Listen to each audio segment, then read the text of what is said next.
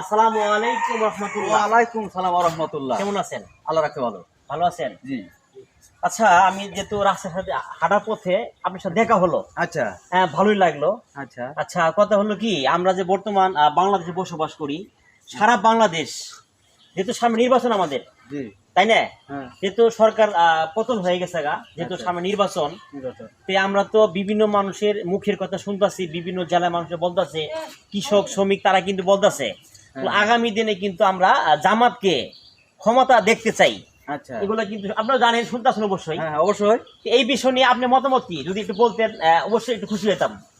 এটা মতামত হলো আমাদের এটা মুসলমান কান্ট্রি, মুসলিম দেশ। এই দেশে যাকে ভোট দিলে ইসলামী আইন বাস্তবায়ন হবে তাকেই ভোট আমরা দেব। মাশাআল্লাহ মাশাআল্লাহ। হ্যাঁ। দর্শক দেখেন আমাদের হ্যাঁ, এই যে এই আমার এক মুসলিম ভাই, কান্ট্রির হ্যাঁ, দেশেতে হ্যাঁ, এই মুসলিম কান্ট্রির দেশে যাকে ভোট দিলে ইসলামী আইন বাস্তবায়ন হবে হ্যাঁ। তাকেই আমরা ভোট দিব।